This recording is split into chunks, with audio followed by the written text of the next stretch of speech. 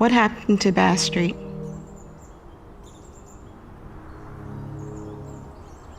Won't you remember with me?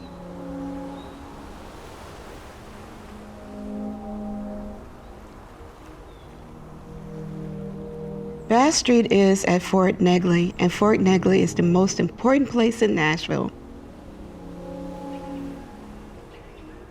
For a long time, the history was buried, but after decades of us fighting for recognition, the city is ready to remember.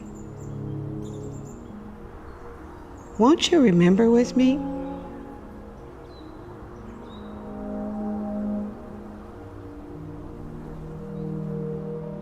How they conceptualized freedom, how they thought about what it meant to be free, radically changed our understanding of freedom in this city.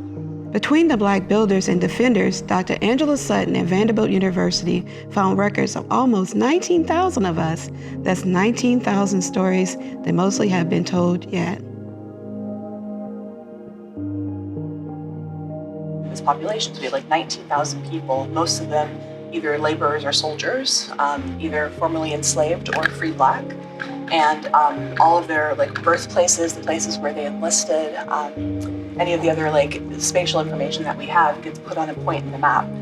People ran from all over the country to get to this place so that they could participate in the Civil War, so that they could create a new nation.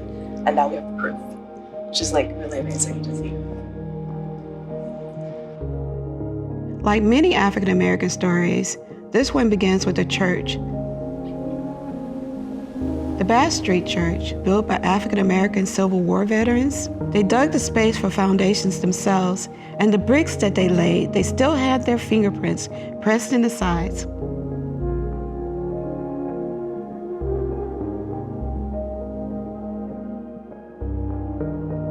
But most churches, like the Bass Street Church, like the church that became the Spruce Street Baptist Church, like the churches, other churches like First Baptist Church, Capitol Hill, came out of existing white congregations where Blacks had been members and given their desire for autonomy and independence and worshiping in their own way. When it comes to Black folks, the church is where we go to learn about us. Church was one place where we learned to love ourselves in a world where not everybody loved us. So you know what? That's my family. Oh, Jurgens? Yeah, my older sisters were Jurgens. Oh, okay. And yeah, that's a small okay, world. which one? What's your name? My mother was Sylvia. Oh, okay. I heard him talk a lot. Well, now, who was I heard somebody called Blanche. Oh yeah, Blanche was the one. She was the pretty one. Yeah, well, Actually, they all were pretty. heard of it. They all were pretty, Yeah, but she was the sassy one. That was Blanche in that picture. Blanche, she was just because Blanche was not born on St. Avenue. Okay. Blanche was after they moved off. Well, at least, she might have been, but I had left St. Avenue. It was after I went in service that Blanche was born.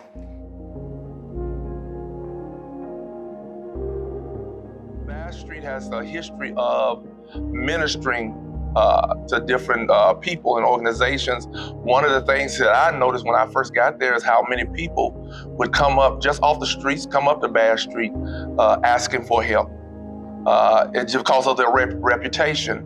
And Bass Street was also known for feeding every week on 12th Avenue South location. Every week we would come up and they would meet, and they would, headed by Mother Annie Flower back then, before she passed. She was over it and she did a fantastic job. They prepared meals, big meals, and they would take it down to the men's mission every week. We also had a bread ministry by Sister Betty Randolph, who's gone on to glory. I'll tell you, these people had a heart of it. And Bass Street was known, and we would take bread and have people from the community just come. The bread companies would donate a lot of bread and have people come and get bread products, because, if you can get your bread, you can work with everything else around the bread. And even just this past pandemic, just to add on to that, we, Bass Street, headed by Deacon Mentor and Deaconess Carter and Pastor Veronica Mentor, they fed like 200 lunches every day that the kids were home from school during the pandemic. Over 200 lunches were passed out throughout the neighborhood. We did not have them come to the church. We went to them and drove the streets. We had a route. And so that's been the heart of what Bass Street has been about, even from the conception. It's just doing ministry. In fact, the word ministry means to meet needs. Now what's left are the artifacts of the church in the neighborhood, stored in an anthropology lab at Middle Tennessee State University. Automatically, I see the difference. Absolutely. I see a big difference in these bricks. So why are they so different? Oh, and this even, oh my goodness. It tells a story as well. Mm-hmm. So these bricks were handmade. And we find a lot more things here than some of the other church studies that have been done in different parts of the country where people chose to leave, where they chose to move to a new location, they chose to move to a new building. So it really tells a story about how people didn't have time to get everything, you know? They just were forced out, and so you just had to grab what you could and go. Especially if you weren't ready to go.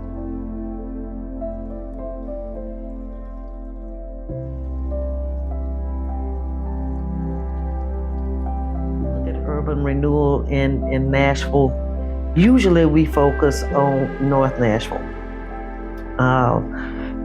With the area around Tennessee State, Meharry, Fisk University, and certainly when you talk about interstate, you think about I-40. Very seldom do we think about the impact of those programs on South Nashville and the Bass Street area.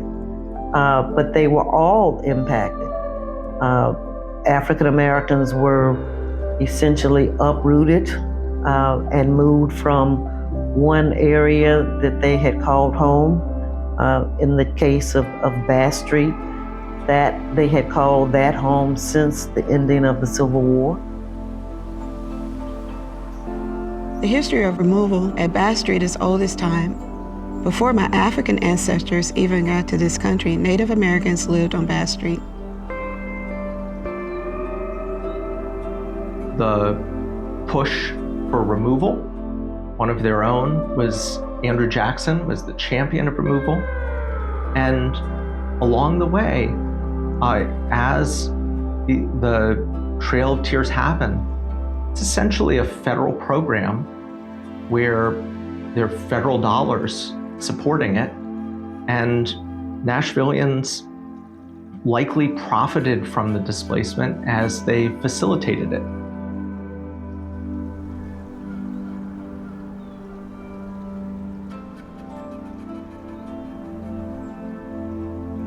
I think one of our main concerns is that we need for the communities and the surrounding areas, just the population, to know that as Native people, we are still here.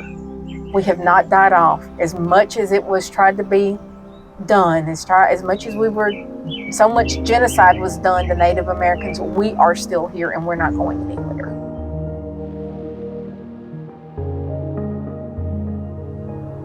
I pledge to honor our ancestors. We are a powerful people. Leander Woods was a veteran of the United States Colored Troops who lived in the Bass Street neighborhood, and he and his band of 50 men and their keg of gunpowder ran the Klan off from Fort Negley. But that's, in a minute, what you should know about Leander Woods.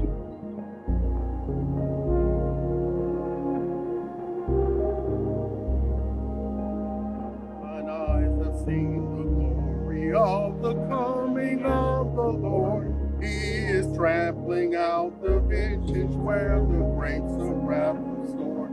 He has loosed the fateful lightning of His terrible sword.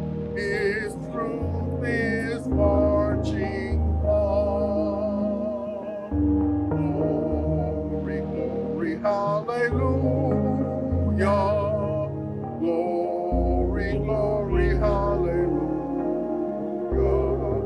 Glory, glory, hallelujah. His truth is marching on.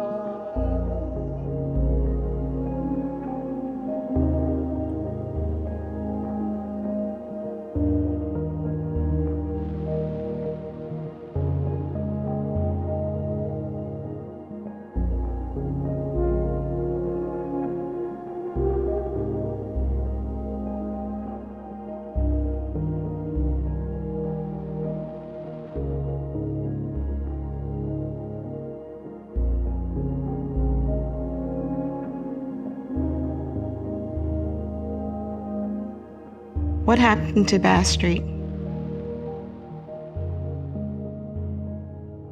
Won't you remember with me?